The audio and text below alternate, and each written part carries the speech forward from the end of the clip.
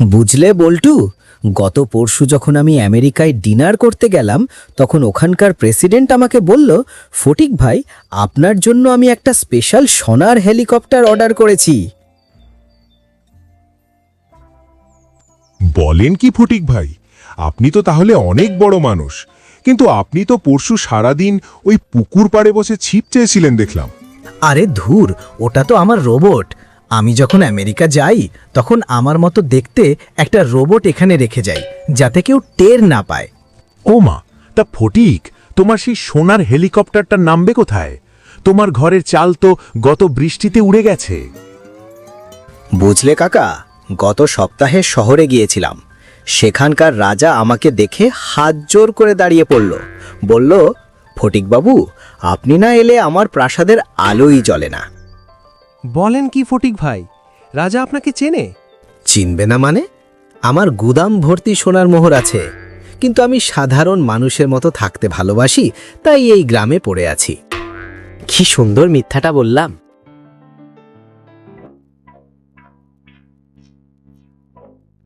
ওমা, তো ফটিক, তোমার সেই সোনার হেলিকপ্টারটা নামবে কোথায়? তোমার ঘরের চাল তো গত বৃষ্টিতে উড়ে গেছে। ওটা তো একটা ফ্যাশন কাকি, ছিদ্র দিয়ে আকাশ দেখা যায়, একে বলে স্কাই ভিউ ভিলা। তোমরা তো গেয়ো লোক, বুঝবে না।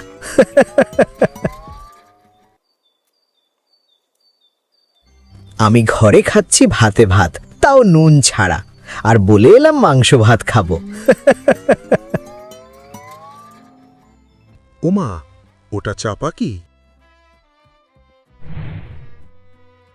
এটা তো দেখছি একটা আয়না। বাহ, আয়নাটা তো বেশ পুরনো। এটা বাজারে নিয়ে গিয়ে বলবো এটা মোঘল আমলের সম্রাট আকবরের আয়না। অন্তত 1000 টাকা হাতিয়ে নেওয়া যাবে। দেখি তো চেহারাটা কেমন লাগছে। আরে, এটা তো বেশ দামি আয়না মনে হচ্ছে। আমার 7 পুরুষে কেউ তো এত সুন্দর জিনিস কেনেনি। হয়তো আমার রাজকীয় পূর্বপুরুষদের সম্পদ। আজ থেকে এটা হবে আমার রাজকীয় ড্রেসিং টেবিল। আমি আসলে গ্রামের রাজা হওয়ার যোগ্য। আমার মতো বুদ্ধিমান আর হ্যান্ডসাম এই তল্লাটে আর কে আছে? ফটিক, তুই একটা আস্ত গাধা এবং এই গ্রামের সবচেয়ে বড় গালগল্পকার। ওরে বাবারে, ভূত! আয়না কথা বলছে, বাঁচাও! বাঁচাও! ভয় পাস না ফটিক, আমি ভূত নই, আমি হচ্ছি সত্যের দর্পণ। আমার সামনে দাঁড়িয়ে কেউ মিথ্যে বলতে পারে না। শুধু তাই নয়, যে আমার সামনে একবার দাঁড়াবে, পরবর্তী 24 ঘন্টা তার মুখ দিয়ে শুধু তিতা সত্য বেরোবে। কি বললি? তিতা সত্য? মানে আমি কি আর বানিয়ে বানিয়ে বলতে পারবো না? একদম না, ট্রাই করে দেখ। ঠিক আছে, দেখি তো। আমি আজ সকালে পোলাও মাংস খেয়েছি।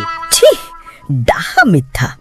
আমি আজ সকাল থেকে শুধু পানি আর পান্তা ভাত খেয়েছি, তাতেও নুন ছিল না। সর্বনাশ! এ তো আমার মান সম্মান সব রাস্তায় নামিয়ে ছাড়বে।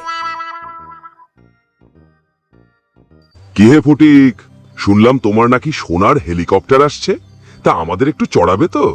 মোড়ল সাহেব, আমি যা বলেছি সব ছিল আলগা পিরিত আর ডাহা মিথ্যা। হেলিকপ্টার তো দূরের কথা, আমার সাইকেলের চাকা কেনারও পয়সা নেই। ওই হেলিকপ্টার আসলে আমার মাথার ভেতর ঘোরে, বাস্তবে নেই। পুরো বাজার নিস্তব্ধ। আরে ফটিক ভাই, আপনি এ কি বলছেন? আপনার সেই আমেরিকার প্রেসিডেন্টের কি হলো? প্রেসিডেন্ট আমাকে চিনেও না।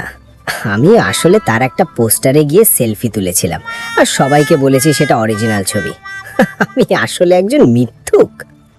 ওরে ভগবান, ফটিকের কি হলো আজ? সব হাঁড়ির খবর বের করে দিচ্ছে।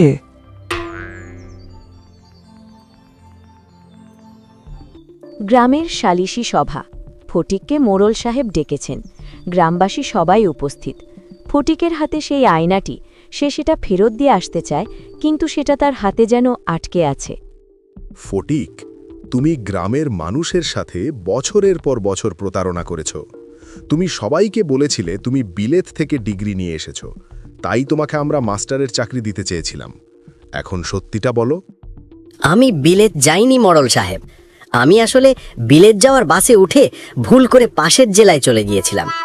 সেখান থেকে একটা বিদেশি ম্যাগাজিন কুড়িয়ে এনে সবাইকে ভাব দেখিয়েছি। আমি তো ঠিকমতো ক খও জানি না। সবাই রাগে ফেটে পড়ে। কেউ কেউ তাকে গ্রাম থেকে বের করে দেওয়ার কথা বলে। ফটিকের দম্ভ চূর্ণ বিচূর্ণ হয়ে যায়। তুই আমাকে সবার সামনে ছোট করলি আয়না, এখন আবার কি হবে? কেউ আমাকে বিশ্বাস করবে না। ফটিক, এতক্ষণ তুই যা বলেছিস তা তোর আসল পরিচয়। মিথ্যার পাহাড় বানিয়ে তুই নিজেকে রাজপ্রাসাদে রেখেছিলিস, কিন্তু সেই প্রাসাদের ভিত ছিল কাঁচের। আজ সত্যি বলে তুই হালকা হয়েছিস। তুই এখন মিথ্যার বোঝা ছাড়া ঘুমাতে পারবি।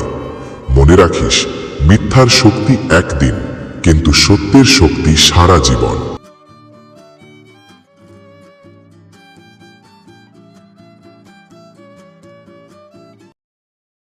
1 মাস পর ফটিক এখন আর বড় বড় কথা বলে না। সে ছোট একটা বাগান করেছে এবং সততার সাথে পরিশ্রম করে। ফটিক ভাই, আজ রাতে কি খাবেন? সেই আমেরিকার স্পেশাল মেনু? আরে বল্টু, আজ রাতে নিজের বাগানের শাক আর ভাত খাবো। অনেক দিন পর শান্তিতে ঘুমাচ্ছি। মিথ্যে বলার টেনশন নেই, ধরা পড়ার ভয় নেই। সত্যি কথা বলাই যে কত আনন্দ, সেটা ওই জাদুর আয়না না থাকলে আমি বুঝতামই না। কিন্তু ফটিক ভাই, ওই আয়নাটা কোথায়? আয়নাটা আমি আবার সেই কাপড়ে ঢেকে রেখেছি।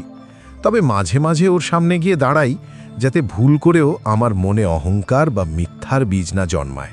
মিথ্যা দিয়ে তৈরি করা সম্মান তাসের ঘরের মতো ভেঙে যায়, কিন্তু সত্যের শক্তিতে গড়া জীবন পাথরের মতো মজবুত থাকে। মিথ্যা ক্ষণস্থায়ী, সত্যতা দীর্ঘস্থায়ী।